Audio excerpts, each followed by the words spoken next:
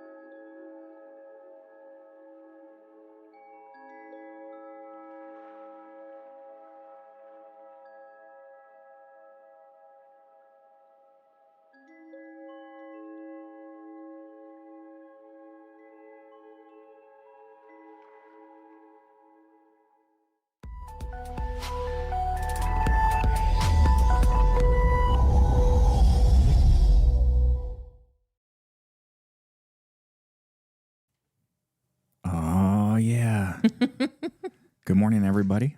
Good morning. My name is John. I'm Judy. And this is Sober Mind. Hey, are you a sensitive person? Yes, very. Why? Chill out, bro. Yeah.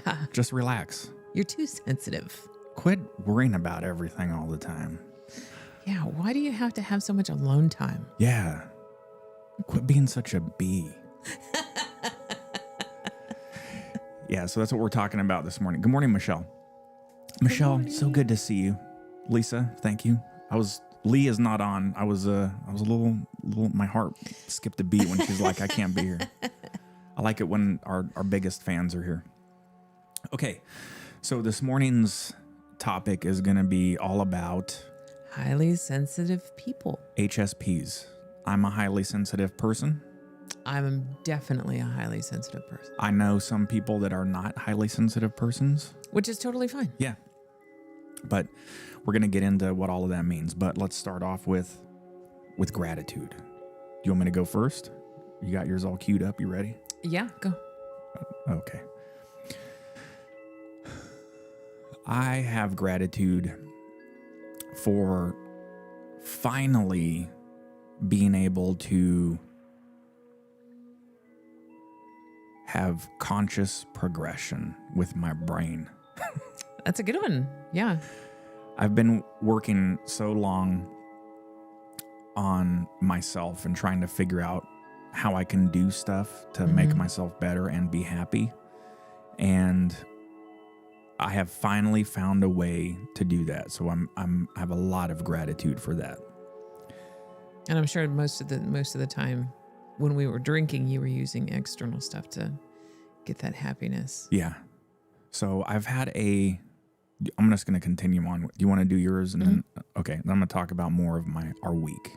Okay. Yeah. Go ahead. So I am grateful to all of the listeners, all of the people who tune in and listen to the channel, all the people who comment and tune in to the shorts that John does. I am just grateful for the community that we have and we keep building every day. I think they're fantastic people. Even the trolls out there, I love them because they're nuts. But yeah, I'm grateful. I'm grateful for all you people. Hi, Marcus. Oh, Kat. Good morning, my heart just ignited a little ember when Marcus joins. So yeah, I did not realize that I would have such a fun time every night or every morning reading the hundreds of comments. And okay, this is going to sound grandiose and maybe egomaniacal. I do not mean it to be, I promise. But I can't believe that we have a forum to where we've been able to create such a community to where people are checking in with each other and saying, hey, I'm X day or months sober. Yeah. And hey, how did you do it? Or here's what I did. Here's a tip and trick on. And these are people all over the globe. Yeah, all over the globe. We got a bunch of people that check in from Australia, Canada, the Netherlands, UK, a bunch of people from the UK. Excuse me. So it's really neat to see that. Yeah. And it's neat to see that, they're, like you said, they're able to check in with each other. Yeah. Through our community. And I think that's fantastic. Yeah. So I don't know. It really warms my heart, and it gives me. I didn't realize it'd be such a beneficial additional layer towards my own growth. And yes, definitely. That we're able to have communications. God, technology is amazing. Communicate daily, instantly with anyone on the planet. Yeah, and to be joyful for their growth. Yeah. We get a lot of stories about people, like last night, the guy said, I'm so glad I found this topic. It was very apropos. I'm finally giving up heroin after 30 years. Heroin. Oh. Yeah. That's a biggie. So anyway, that again, I'm excited for what this has become. So I just wanted to throw that out there. Grateful for it. Yeah. Yeah. Okay. What else do you have, babe? I'm just grateful to be sober for another day. Yeah, me too. All right, I'm going to jump into my week, and I think you'll be able to, before we get into our main topic, I want to talk about how our week has gone and what's going on with that. So I'll start. I may, in my life, have overused this word, okay? But I'm using it today, and I really mean what the word means. The last 7 or 8 days have been pretty profound for me. That's the word, is profound. So to sort of pile on to what we talked about in the beginning about being able to grow and have that capability to have the actual tools to sort of break out of this funk that I've been in for 2.5 years. Judy and I, we talked about it last week, but we've been listening to on Audible, a book called, let me pull it up so everyone can see. Letting Go, The Pathway of Surrender by David R. Hawkins. Babe. It's been really, really profound. Yeah. This has been... For me, it's been a daily, almost a minute sometimes, minute by minute of going through emotions and thoughts and other personal traits that I've had that I just need to let them go. Yeah.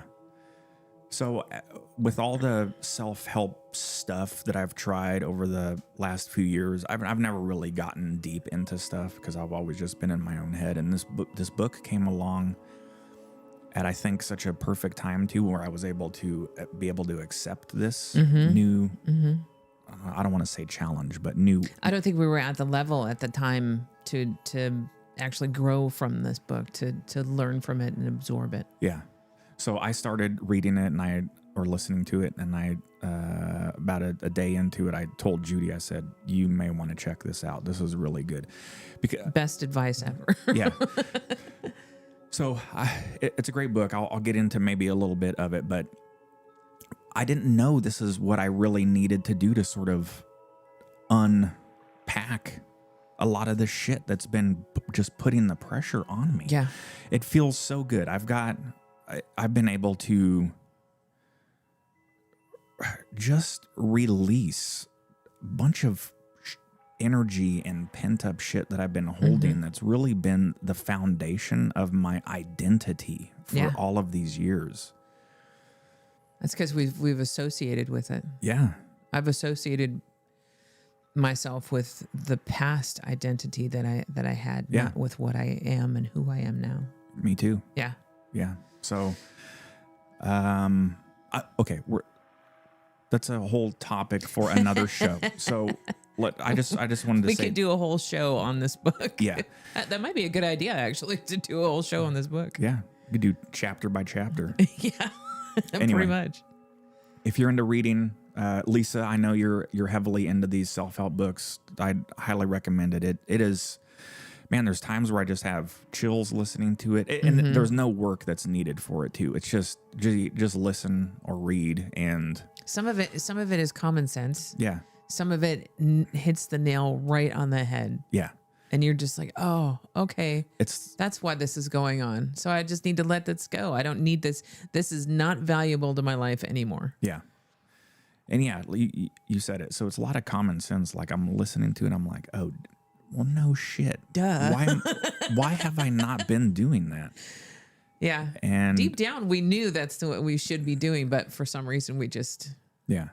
So in a nutshell, like the big takeaway that I'm getting from this is I'm learning how to respond to situations with love instead of anger, which has been doesn't mean like people like you say, good morning, John, how are you? It's like, I'm fucking good. That's not what I mean, but it's still fine. Like my daily like makeup, my fabric has always been to address situations with a hostile permeation. It's always been, what is this about and why is this attacking me? Yeah. No matter what it is. I hope that makes sense. Kind of aggressive. Yeah. Yeah. So, and the other thing is I'm learning to look at situations without pride. Yeah. I caught myself this morning. Dad had a computer issue. It turned out to where his batteries and his keyboard were dead. And I okay, look, reading a book isn't going to make you perfect in one day, by the way, heads up. But 50 years of shit piling and it's not going to go away in one day. But I'm really seeing a lot of they're not character flaws either. I'm seeing a lot of the things that have been happiness interrupters for me. And those reactions still, I've always said it, we react with old emotion, and I still catch myself. Anyway, Dad had a computer issue. Turned out his keyboard batteries were dead. And I was like, Dad, when's the last time you changed the batteries? Like, I didn't know they had batteries. My immediate reaction was, how do you think it works? Like pixie dust? And as soon as I said that, I felt it came out very crass. And even though I didn't mean it to be condescending and demeaning. Yeah. And so I'm catching myself. That's just a small example, but even with my own thoughts. So yeah, that's the big thing for me too, is my thoughts are not the thoughts that I would like them to be. They are not the generous, courteous, compassionate thoughts that I, as a human, would like to think. Some of them are very rude and judgmental, and I don't like that. Yeah. So what I'm getting from the book before we wrap that up is that when we have these reactions and it's the no shit of this. It's like when you react that way, when you're prideful, when you're angry, when you're having these negative judgmental thoughts about other people, that's who you are becoming. Yeah. That's who you are. And physically it manifests itself in the body. Yes. So Dad, I know you're watching. I already apologized, but I'm sorry. I really am. So I'm still a dick sometimes. I'm working on it. You're doing good, honey.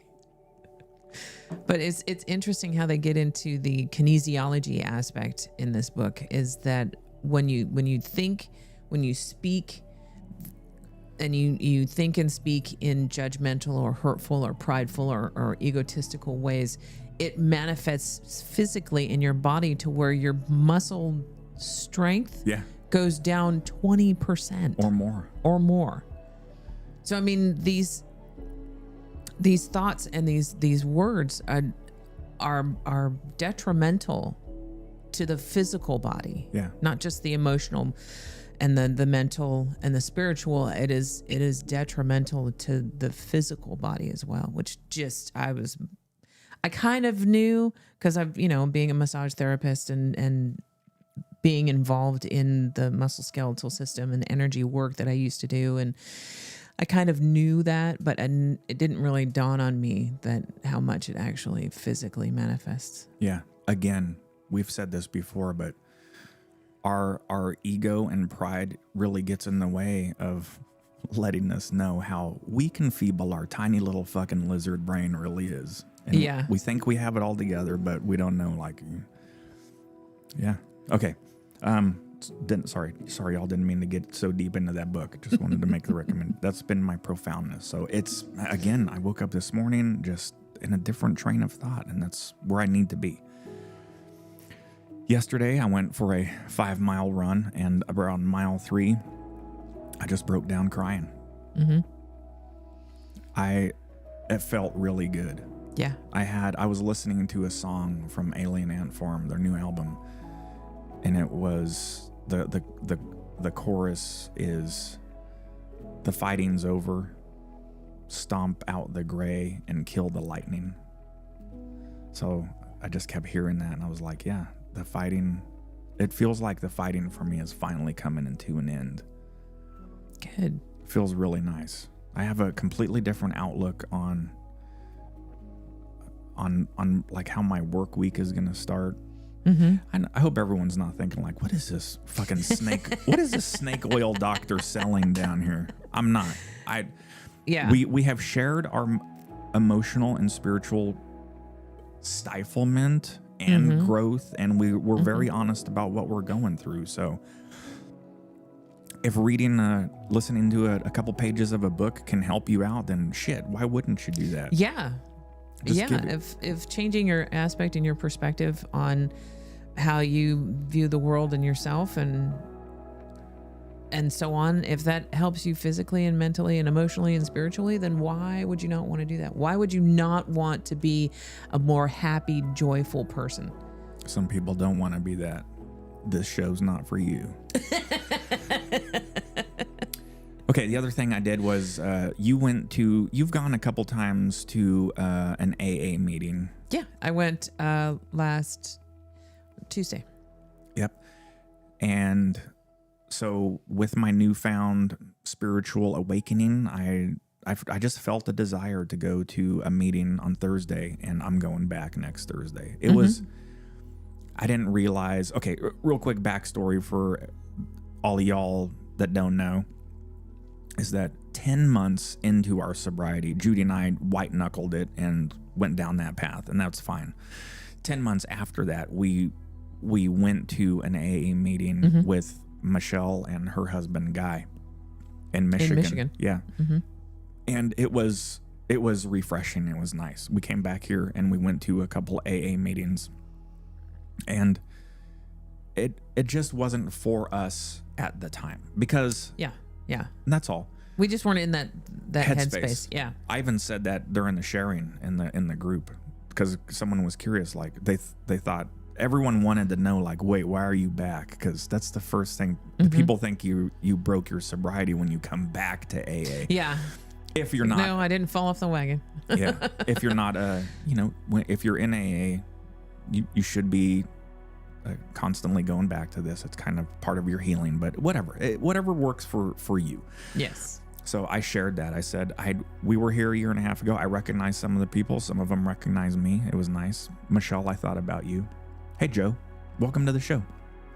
And that was the first thing I said was I was here a year and a half or so ago, and my wife and I just wasn't in the right headspace. Yeah. So I'm back, and this feels really nice. And they're very gracious people. Oh, all the time. Yeah. Any NA or Al-Anon or AA meeting, that's the very gracious people. And then that's what felt really nice about being there again. Is just I'm at a stage now to where it feels like it felt good listening to other people again. And that's what, when you and I started this channel, that's what we wanted to put out there was we could talk about our stuff so other people could listen. Just listening. Yeah. I found helps. And so I know there's a lot of folks out there that like to listen, see what other people are going through, realize that surprise everybody, we're all fucked up. We all got baggage. Yep. Nobody's better than anybody else. Nope. A lot of people are better at pretending they're better than everybody else, but they're not. Yes, the fake facade. Yep. Okay, so you want to cue it up, babe, what we're going to be talking about today? Well, I haven't seen this video, so this is going to be new to me. But our topic today is highly sensitive people. And being a highly sensitive person, the term was actually coined by Dr. Elaine Aron. She was the one who wrote a book about highly sensitive people and described what a highly sensitive person is. There's a test in there that you can take to see if you're a highly sensitive person. I know some of them just because I personally go through them. They're more empathic. They're more sensitive. Obviously, they can, when they walk into a room, they can pick up on emotional nuances more than other people do. They tend to only have for time limits on their social activity, and then they need to be by themselves. Yes. They're just more sensitive to us are just more sensitive to their environment, to emotions, to chaos, to pretty much everything that goes on. Yep. They're no different than anybody else. They just have this genetic predisposition to be more sensitive than other people. Yeah.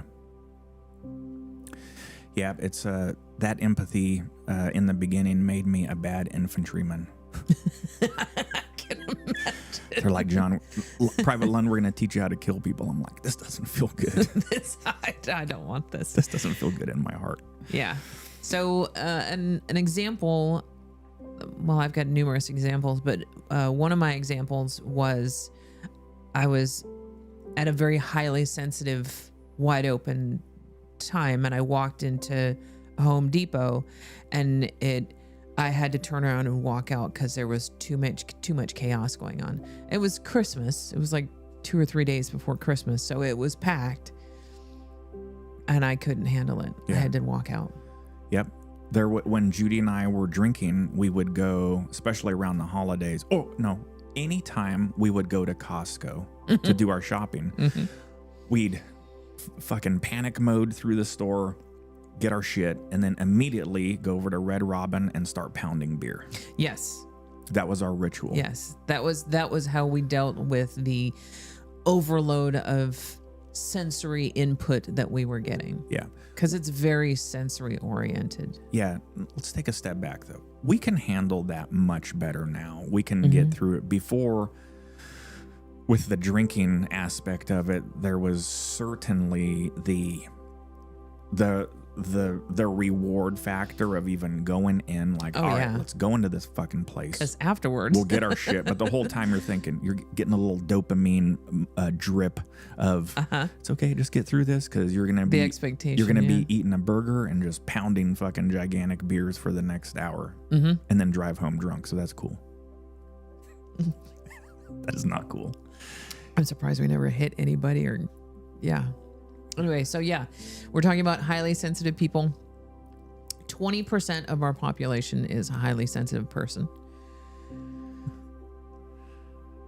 I think you have 1 to 2 people in each family, like 2 to 3 generations. You have 1 to 2 people that are going to be highly sensitive people. Yeah. Sorry, I was gently chuckling at Michelle's statement. She said tear up, not tear you up. I know what you meant, Michelle. Thank you. Okay, all right. Well, let's get into it, and then as usual, this will breed some discussion nuggets. So let's go. Are you often told that you're too sensitive? Maybe told to stop thinking about things so much, or you need a lot of time to recharge after a hectic day? If so, you could be what is known as a highly sensitive person, or HSP. And today I'm going to explain what a highly sensitive... And I'm sorry, this is from a doctor that I subscribe to. I don't know what her credentials are, but she is a licensed medical professional in the U.S. Her name is Katie Morton. So, person is, share 10 signs that you are an HSP, and offer some tips on how we can manage our vulnerability to being overwhelmed. If you find this type of content helpful and educational, make sure you subscribe and hit that like button. It really does help. The term highly sensitive person was coined by psychologist and author Elaine Aron. Now, it is not a diagnosable mental illness, but it's often linked to sensory processing disorders. And according to Aron's theory, HSPs have a stronger response to internal and external stimuli when compared to people who are not HSPs. And this affects roughly 15 to 20% of the population. Being highly sensitive has its benefits, as we are more empathic, understanding, and aware. But as I'm sure you can realize, it can also have a negative impact, making us feel overwhelmed easily, exhausted, and often needing time alone to recharge. I would also argue that being highly sensitive is a bit trickier now with social media and the ability to be overstimulated at our fingertips. We can easily tap into the pain going on in the world and be shown tons of images, videos, and music anytime we open an app. We can even share something lovely about our life or an issue that we're having, and people online can bully us, judge us for how we look, claim that we don't have a right to be struggling because other things are going on in the world. It can be hard to stay regulated these days, which is why we all need access to affordable healthcare and mental health care. And if you're in the States and you haven't enrolled in an affordable healthcare plan, you can go to healthcare.gov and enroll now. If you find yourself in a crisis or are needing extra support, you can also call the crisis response line at 988. And this video comes to you as part of the Better Internet Initiative supported by the Fellow Americans Education Fund. Let's move into the 10 signs you are a highly sensitive person. Sign number 1, you feel at your best when you're alone and in your own space. Yeah. I remember when I was a kid, my dad used to, or mom, they used to give me a domino set and a backgammon board, and I'd be in my room and they could leave me for hours and I'd be completely fine. Yep. No problem. Don't need anybody else. I'm fine with myself. So you and I were talking about that this morning, and then I kind of aggressively went, nothing's changed. You're exactly like that now. Judy's perfectly happy with going off in another room and doing a puzzle, listening to a book. For hours. Reading a book. Just leave me alone. I'm good. Yeah.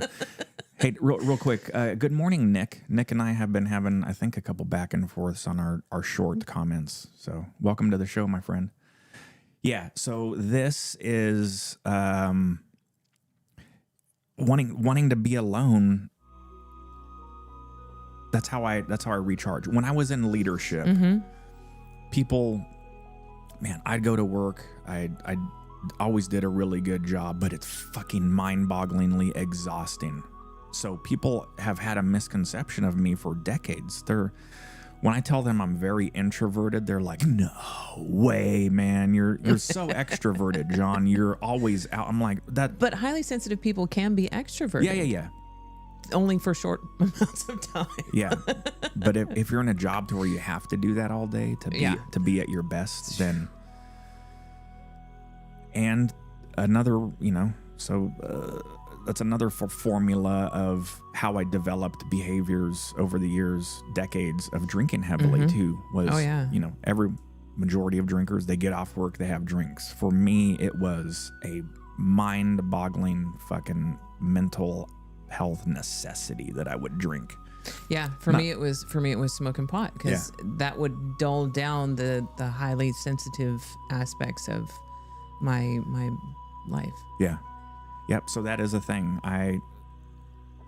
When you and I first got together, I would catch you would catch me in a room. Sorry, those people are like, he wasn't doing anything John, weird. What were you doing? I swear. No, I'd be building computers, and this is when we first started dating. And this feels going to sound like I'm attacking you. I'm not, but you'd always be like, "What are you doing in here?" And I'd always try to explain, like, I don't know why I'm just building a computer. Yeah. Yeah. I didn't have the emotional awareness 20 years ago to be able to tell you, "Hey, I need alone time." Well, neither By did I. the way, Judy, you're a bit much. Yeah. I was clingy. Yeah. Yeah. Well, we were both still trying to figure out shit and in our own disease. Yep. Yeah.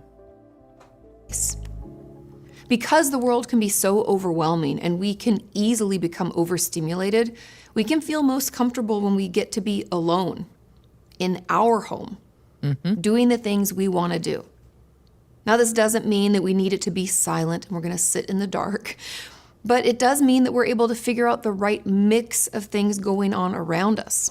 We all thrive when we aren't too over or under stimulated. And being alone means that we get to set everything up in a way that's pleasing to us. And we may find ourselves needing this time in between stimulating events. The amount of alone time we need, it'll vary depending on our personal needs and how dysregulated we feel at the time. And I do want to throw out a warning here that isolating all of the time isn't good for any of us. Even if we are HSPs, that doesn't mean we don't make the time to see people or build relationships and connect. We may just not need to do it as often as others. We all need connection with other people. And I don't want this sign to be an excuse that we all use to explain away our depressive symptoms. So keep an eye on this sign if you feel it applies to you all the time. Sign number 2, we avoid scary or hurtful content online. Since we are so empathic, watching a movie where someone might be hurt or seeing someone be pranked online can feel overwhelming to us. We can feel so deeply for that person that we don't want to watch anything bad happen to them. This is not me so much, but Judy. Oh my gosh. Forever, it took me a long time to understand you with this as well. Judy's got what's called empathetic embarrassment real bad. Like if someone's doing something cringeworthy on a show or whatever, she just cannot. She'll just fucking get up and walk away. Yesterday during that shitty movie that we were watching, Judy's just like, I got it. I can't. Oh, it was hard. It was hard. It was so embarrassing, and they jumped the shark on this movie so bad that I almost had to get up and walk away. But that happens with scary movies, with bloody, gory movies. Ooh, can't watch them. They just, I cannot sit there and I physically start to feel the knife going into my chest multiple times. It's like, okay, I can't do this anymore. Yeah. Me, not so much. I enjoy that stuff, but no, you just sit there and giggle through the whole thing. Yeah. Even if it's just part of a movie and it's not even happening in real life, it's almost like our sensitivity makes it difficult for us to disconnect our concern from the reality of the situation. Instead of having to deal with that discomfort, we can just find ourselves avoiding it altogether. This sign is one that I personally feel in my bones. Sean loves scary movies, and I can't even watch a suspenseful portion of a drama. I get too worried about the other person and it just stresses me out, so I usually leave the room or close my eyes for a bit. I know it sounds kind of crazy, but it makes me feel more comfortable. Sign number 3, we struggle with overthinking. Because we are so aware of everything going on around us, making decisions and processing our days can take a lot of time. We also think about things on a deeper level, maybe getting caught up in all the ways it could affect others or be interpreted. Due to our intense focus on details, we can find ourselves laying awake at night, running through all of the things that we said, emotional responses we experienced, and what we think others felt. It can feel like there's not enough time in the day. Yep. That's the big one for me. So so when I was a kid, even growing up, young adult, I would constantly be thinking about what everybody else is thinking about me. Yeah. What everybody else is. Did I say the right thing? Did I do the right thing? I think I stepped out of it. If I just had done this a little bit better, or said this a little bit better, or moved a little bit better, or if I just did this a little bit different, or I wonder, did I say that wrong? I know I saw in her face that she just slightly made a different kind of facial expression, and I'd hyper focus on that, and then I can completely relate to this. It's hard to quiet the cacophony of opinions and thoughts and everything that goes on in your head, especially being a highly sensitive person, because you're not only thinking those things, you're feeling them, you're manifesting them in your body as well.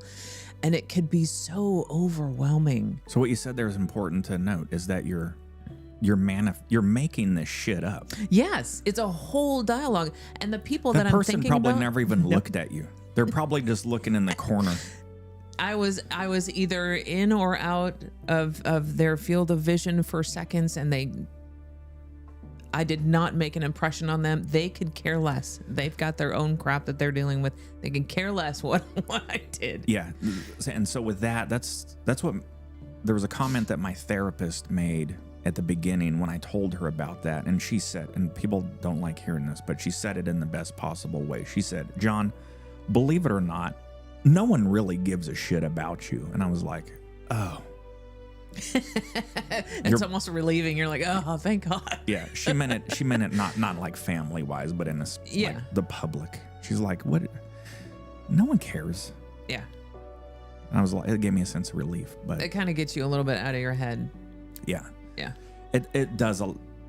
That statement resonated with me, and then of course getting sober and trying to work through all this, doing the letting go portion of this has really made me feel a lot better about all of that too.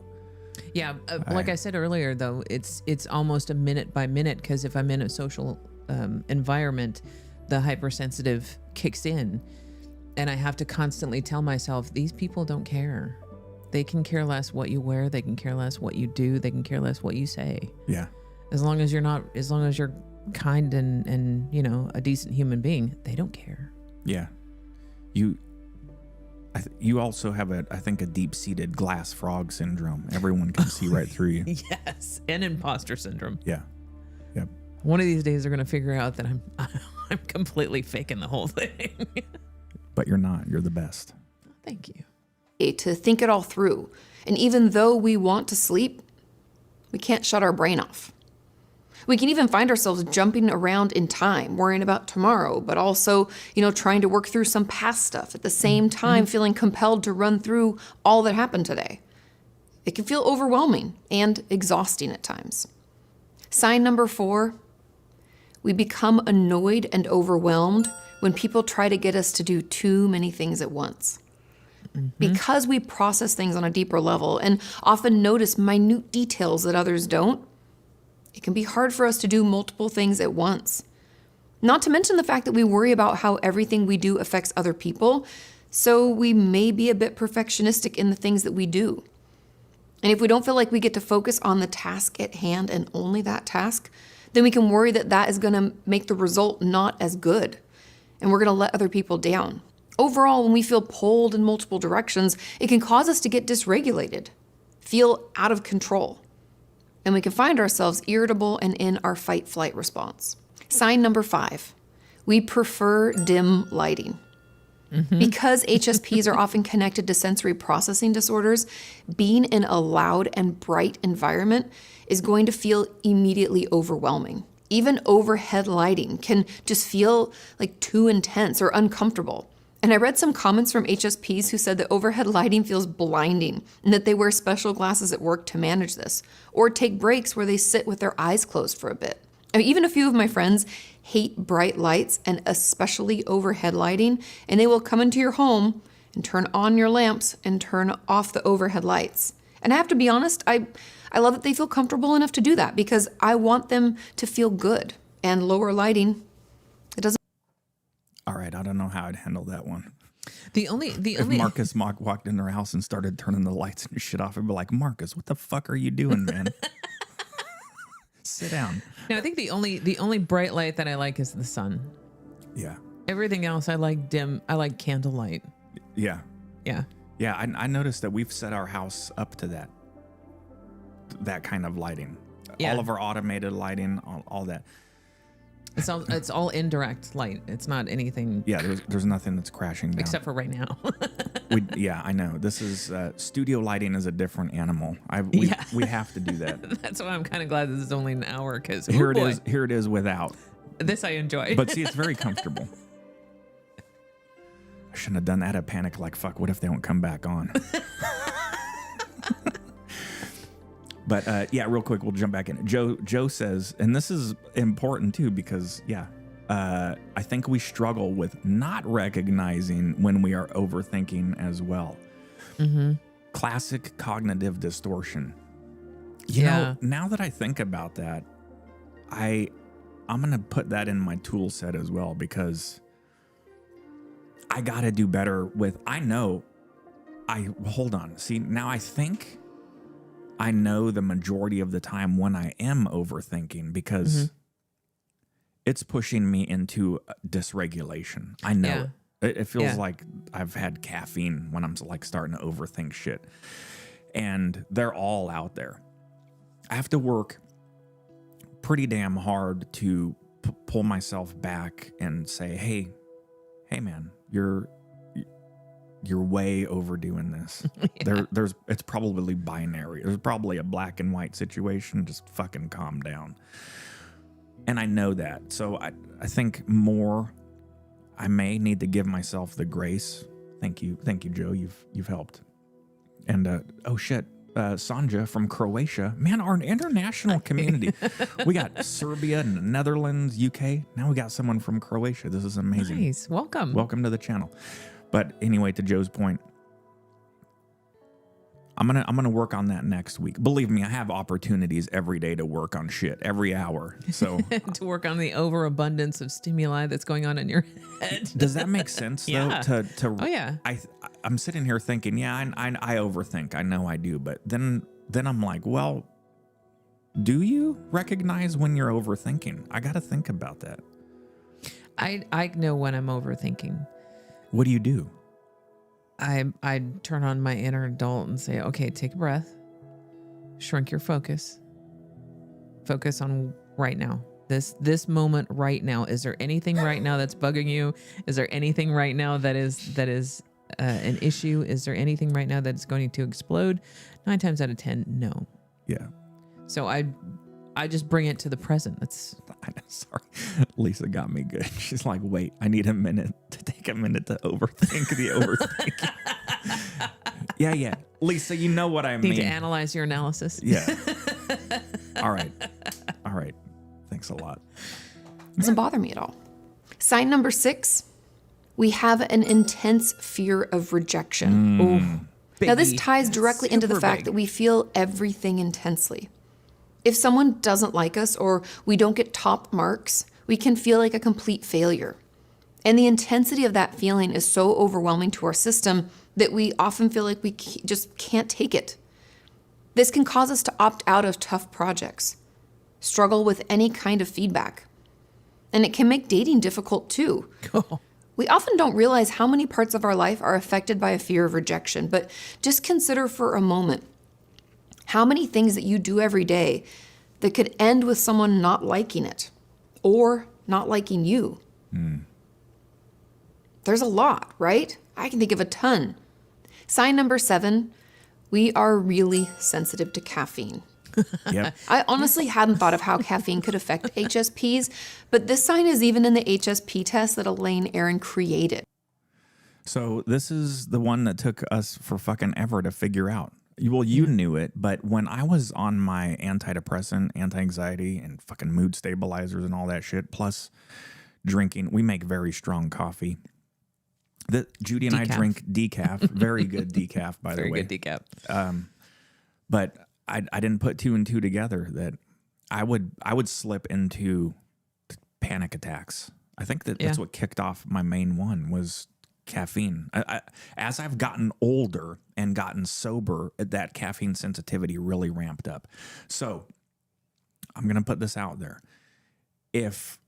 So my psychiatrist never asked about caffeine. My therapist never asked about caffeine. My primary care, who's a really good doctor, never asked about caffeine. This should be the first fucking question on the list. Yeah. What's your caffeine consumption? Yeah. And holy shit, that's a really good starting point because after I went through the withdrawals for a couple days, the headaches. Hey. Shocking. Much down. Imagine that. So I know that might sound way too easy if you're out there struggling with it, but yeah, if you're made a big difference. Huge difference. Yeah, if you're anxious, and my anxiety will always, okay, not always, majority of the time, my anxiety will morph into depression. It'll ramp, and then it'll turn, and it's just why am I? All right, I'm gonna spare you all. We'll keep depression John out of this. I haven't been there in a long time, so I don't even like to think about it. Yeah. So yeah, caffeine. I can handle like 8 ounces of tea that has caffeine, like green tea or black tea. I can handle that because it's not as much caffeine as a cup of coffee. But that's it. That's my tolerance. If I go any more caffeine than that, forget it. And the caffeine in green tea metabolizes different too. Yes. It's interesting because it's kind of like a sustained release. It's not a dump of caffeine and then none. Yeah, and if you want to get into the nootropics discussion of it, the green tea has L-theanine in it, which balances you out. So Red Bull has a shit ton of caffeine, sugar, and taurine in it. Yes. Taurine is designed, is put into those drinks to keep you from getting ultra jittery. So I remember when I drank a ton of Red Bull, it's like, why is my anxiety ramping up, but I'm not shaking, blah, blah, blah. Anyway, just if you're having those issues and you consume check your caffeine, even just 1 cup a day, you may have a caffeine sensitivity. It's a thing. So good luck. It is on this list because caffeine is a stimulant to our nervous system. And if we're already extra stimulated, it could push us into a dysregulated space easily. When those of us who aren't HSPs are looking to feel more alert, awake, and able to focus, our HSP friends are looking to turn that all down a little bit. So if you know that you already feel on edge, often overwhelmed, or are having a hard time relaxing, caffeine may not be the best thing to put into your body. And trust me, I know it's part of our culture in many ways. I grew up in Washington State and we love our coffee there, but I also know that sometimes too much coffee can make me feel jittery and even mimic the symptoms of anxiety. Sign number 8, we cry easily. This sign probably doesn't come as a shock, but it's important to talk about because too often we're embarrassed of this sign or have been shamed by others for it. So we can find ourselves stuffing our feelings down and not letting ourselves cry even when we feel the need to. Now, I know personally noticing if I feel more emotional than normal is a sign that I'm not doing well and I need to get back into therapy. So whether or not you think you're an HSP, this sign is something that we should all take note of. Notice if you feel like crying when you're watching TV, hearing about something going on in the world, or always feel like you could cry at the drop of a hat. What this means is that our nervous system is already dysregulated. And if we can notice this sooner rather than later, then we can do something about it. Like going home and taking a break from all of the people, lights, and noise. Since no one enjoys crying in public around people we maybe don't know that well, it's best if we start to pay attention to this sensation so that we can do something about it. Sorry, I got to pause there for a sec. I can cry at a Hallmark commercial. That's how sensitive I can get sometimes. And watching TikTok or YouTube videos regarding dogs or any kind of pet or animal, even if it's a funny video, I'm tearing up.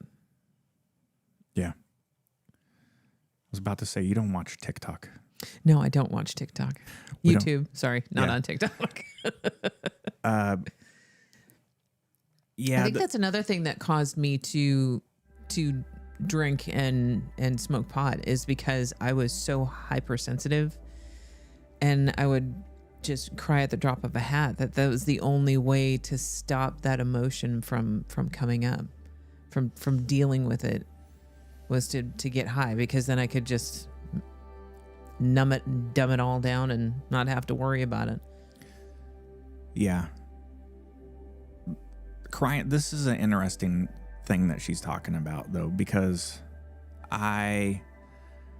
for me, like I just said at the beginning of the show, during 3 miles into my 5-mile run yesterday, I was listening to that song, and it was time. I just started crying, and it felt good.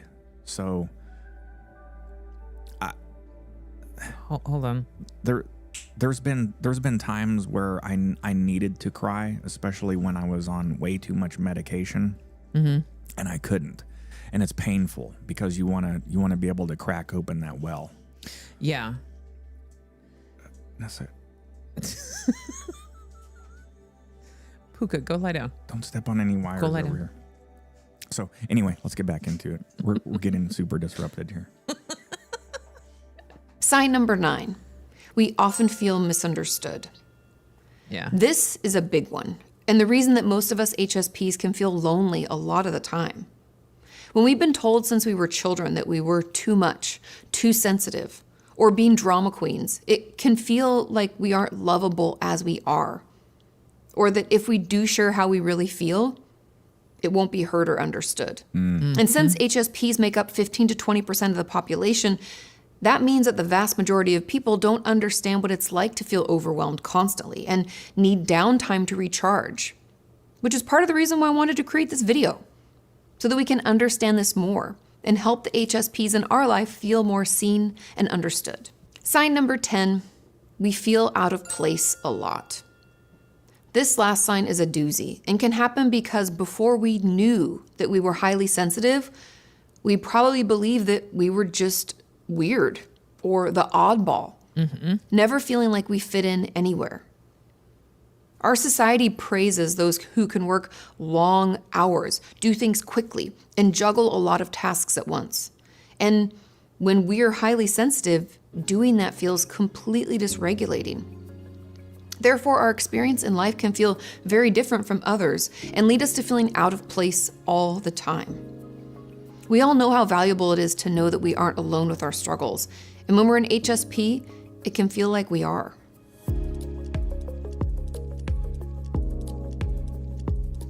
If you're anything like me and feel that some of these signs are true for you or you feel them in your bones, then here are some ways that we can better manage them.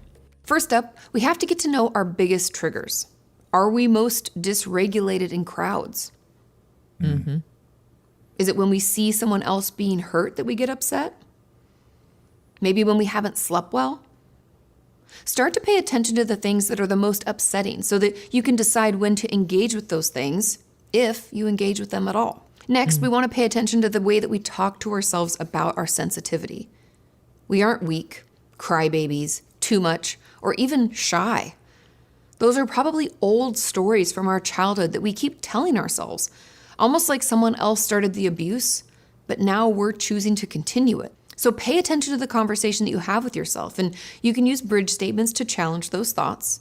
Remember, bridge statements aren't positive, they're just less negative than the original thought. For example, if my automatic thought was, I'm too sensitive and that makes me weak, And the bridge statement could be something like, I am sensitive, but I also hear that being this way isn't always a weakness. I think mine is, but maybe not for everybody. See? Not positive, but not as negative. And you keep building the bridge little by little to be less and less negative. Since we're talking about these old stories from our childhood, it could also be beneficial to do some inner child work. Elaine Aron even mentions this in her book, like throughout, how we shouldn't ignore our child selves. And instead, it's important to let them know that we love them just as they are. If you have a tough time with this or need more guidance on how to get started, I have an inner child workshop available on my website right now. So you can just head over to katiemorton.com and access it today. And finally, reframing. This is a tool often used in therapy, and it really just challenges us to see something from a new perspective and with more context. This means that when we want to think or say, I'm just too sensitive, maybe after watching this video, we can reframe that and say, I am a highly sensitive person, and that comes with benefits and costs. Now, I know that this can seem similar to bridge statements, but we can reframe things that aren't actually negative. We use this tool when we notice that our way of thinking or acting isn't getting us where we want to go. Maybe we need to consider it from another perspective or give more context to it. I hope this was helpful. Being sensitive can be such an asset if we can just figure out how to manage it. If you're looking to work on yourself, please check out my website, katiemorton.com, and take a look at all of my workshops on there. They are... Yeah. So there's a couple questions. Michelle had a question that says, how do you help people that have HSP? And I think understanding that person has HSP is like the first step. Yeah. Okay. Let's back up. I don't think as a person that is highly sensitive, I'm starting to realize that I don't need help. This is just the way I am. I've got to learn how to better regulate a lot of that stuff. How would you respond with another person that's an HSP and you're in the same room and they're having an issue? How would you help them? Would you leave them alone? 2, would you try and understimulate them? How would you help them? Well, if an HSP came over here and they wanted to be alone, I'd be like, why the fuck you come over here then, homie? All right, smart ass. You know what? That's a good question. I don't know. I'm not going to make it up. It's something that I need to probably do a better job of recognizing, because I'm too out in the world and in my professional life. It's all about me. Me. I'm the victim. I'm the one with issues. No one's treating me fairly. I'm not doing a good job of recognizing those other people that have issues. And my new role, that's another thing, is how do you recognize somebody who's an HSP? You might not be able to tell, because a lot of us mask it very well, because we're doing all of that extraversion of ourselves. Yes. And then I've gotten that for years. People are like, John, I could never tell. But the statements I do get are, John, chill out, bro. Don't take it so seriously. Relax. And I'm like, You don't understand. Everything in this room is overstimulating me, and I can't just let it go. I also think a lot of people who are highly sensitive people don't realize that they're highly sensitive people. Yeah. They keep going on with their daily life, trying to deal with these issues and signs of being a highly sensitive person, and not realizing that they are a highly sensitive person, and not knowing the steps to take to deal with their own personal idiosyncrasies. Yeah. I'm going to jump into, Michelle says, how do you talk with someone that is HSP? I think we just talk to everyone like they're normal, I think you start to figure out if a person is highly sensitive. But I don't know. That's a good question too. People don't think I'm highly sensitive at all until I start to just vomit my emotion. Or you know what? People don't realize I'm highly sensitive until it's too late. Yeah. And then I explode. I have an anxiety attack, and they're like, shit, what did I do? I'm like, because you're fucking existing in my realm, and I don't want you here. I'm overstimulated, and you just happen to be in the vicinity. Yeah. And Yeah. Sonia, I hope we're pronouncing that right, or is it Sanja? She said she's a teacher working with high school children. It's hard because other teachers do not understand them. Yes. Yes. There's a lot of children, especially Patrick Tehan. We were watching a video earlier, and he was talking about children who are highly sensitive and also go through a lot of trauma when they're children, because they can absorb that trauma obviously more than what everybody else in the family is, how everybody else in the family is absorbing that trauma. Yeah. They take on the emotional burden of everything that's happening in the family because nobody else seems to be taking on that emotional burden. Yeah. Okay, so let's talk about some ways that we can start to help us. I'll give some examples and let's talk through it, because I don't think there's help for me. Here, I'll give you an example. Okay. I think you're helping yourself. Well, yeah, I am. I got to give myself credit and grace. But the last time we went to the movie theater, that was it. I vowed I would never go, and we've never been back. I can't. And now it's a fucking war zone for me in there.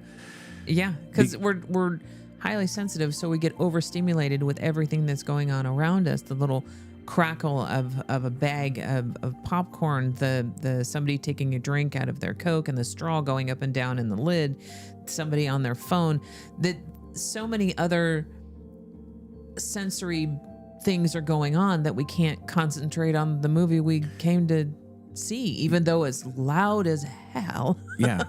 But we tune in, we focus our ears. Now I'm listening to the person that's typing on their phone and eating their candy very loud.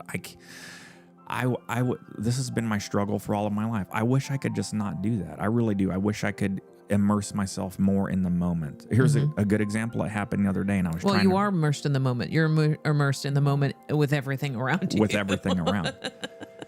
I went to the Alcoholics Anonymous meeting on Thursday, and Michelle, you could probably relate to this. During the Serenity Prayer, there's three people next to me in a row looking down at their phones and typing shit. And I'm like, we're in the middle of the Serenity Prayer. And so, see, I'm getting upset about it right now. Because I'm sensitive to that. And so I don't know what the solution is for me in the short and long term. Those distractions. Well, you've been able to let go of a lot of that too. I know. I worked really hard on trying to let that shit go. I think one of those steps is to learn to let go. Learn to realize that not everything that is around you is your responsibility. I know. I'm not saying that you as a person, I'm not pointing a finger at you. I'm making it in general to hypersensitive people. We have to realize that not everything around us is our responsibility. That person who's having a bad day and their emotions are going haywire, that is not our responsibility to take on their emotions. Yes, you're 100% right. It's not easy, but it is not. But it's something that I've learned only recently, that I'm not responsible for everybody else's emotions. Yes, but it's not easy. It is not, because my issue is, so my sensitivity towards what's going on is also coupled with the fact that I cannot stand people that are rude. Free range rudeness in public. I cannot. Yeah. The decorum of some of these sacred behaviors that we have are lost, and it's driving me fucking nuts. I just wanted to stop and go, in what world do you three people think it's fucking okay to be typing on your phones while we're doing a serenity prayer? Huh? Huh? What the fuck is wrong with you? So all of that went on through my head in a matter of a second. And now I'm like, I can't. Then it turns into a, okay, John, you're working on letting things go. Just let this one slide. While I'm staring at him like, I'm gonna break your fucking fingers. Let go. Breathe. And I'm like, and I just had to had to take myself out of it. It just took me out of all of the moment. So I don't know what the blockade could be for that. I'll continue to work on it because, again, I guarantee I'll be presented with many tests and opportunities for this stuff. But though that's a good example right there of the highly sensitive. And I'm looking around like, how come 27 other people don't give a shit about these people texting right now? I'm sure that some of them do. They're just not focusing on it, not looking at them. I'm sure they do. Okay, so that's all. They're not focusing on it. They're not looking at them. Yeah. There's a lot of times that I notice stuff out of the corner of my eye. I just don't look at it. But there's also the... Okay. I got some backup in here. So Michelle agrees, very irritating. Joe agrees, can't stand it either. Yep. All right. Good. So that makes me feel better. You're not the only one. Yeah. See, you're not the only one. I'm winning this. Yeah. It's hard. It's not easy. But you know what? It's things there's little things that we do during our day that will give us peace, that do give us peace. Those times when we're alone, those times you go work in your shop, those times that I put on an audiobook and go work on a puzzle, those little things that we do to help get us in a better frame of mind so that we can go out into social environments and absorb all that stuff and not have it excessively overstimulate us. Yeah, now that we're talking about it and thinking about it, I got a lot of work to do on everything. I think I got to put this onto the workbench of the meatball of pain that is my brain. Because it's broader. It's broader than what I just discussed, and that is I'm still not allowing myself to be in the moment. Now that I'm really thinking about it, I know I'm not, and you and I could go out to a restaurant, and I could be making eye contact with you and really trying to enjoy your company and a good meal, but I'm not there. 1,000 things around you. I'm all around everything else. And you know what? This is also, I think, a hypervigilance thing from child abuse and military PTSD that I'm working on too. You know, it's the weird shit of when I go in. Don't forget to throw in a little ADHD in there. Oh yeah. Because that was mine. Being hypersensitive and being ADD. That combo was just a joy to work with when I was a kid. Yeah. Okay. We are a little bit past time, so thank you all for joining us. Thanks everybody for the chat. This has been fantastic. Oh, I got to read Sonia's comment. Gentleness is all we need. We can enjoy it in our natural movies, by the sea or in the mountains. I really, really, really have a problem with rudeness, so I'm working on it. That's my huge problem. Dang, Sonja, thank you for sharing. So you're the rude person in my universe. I'm just kidding. No. Yeah, and Joe, you need to work on being in the moment. I'm with you. It's hard. Being in the moment is probably one of the hardest things to do. Shutting off that ego, shutting off that inner dialogue that focuses on the past and focuses on the future and doesn't allow you to be present in the moment. It's hard, but when you can do it with practice and with diligence, it makes it so much easier because it takes all that worry off. Yeah, I've gotten better. I've really worked with myself, and the other morning I was standing out there drinking a cup of coffee on the back deck, enjoying. It was lovely. Yeah, just enjoying it. Okay, we're gonna wrap it up. Next week we are going to be talking about how the body holds on to trauma. Yes, Lisa, we are going to watch a quick 10-minute segment from the author of How the Body Keeps the Score. Yes. So we're going to talk about how our bodies hold on to trauma from the past and how we can possibly mitigate that. So thank you very much, everyone, for tuning in. Thanks for all of the new folks from all over the world. It's been amazing having you on here. Thank you. Please join us again next week if you can make it. And with that, be kind to yourselves. Be patient with yourself. You are loved, God damn it. All right. Bye, y'all. Bye.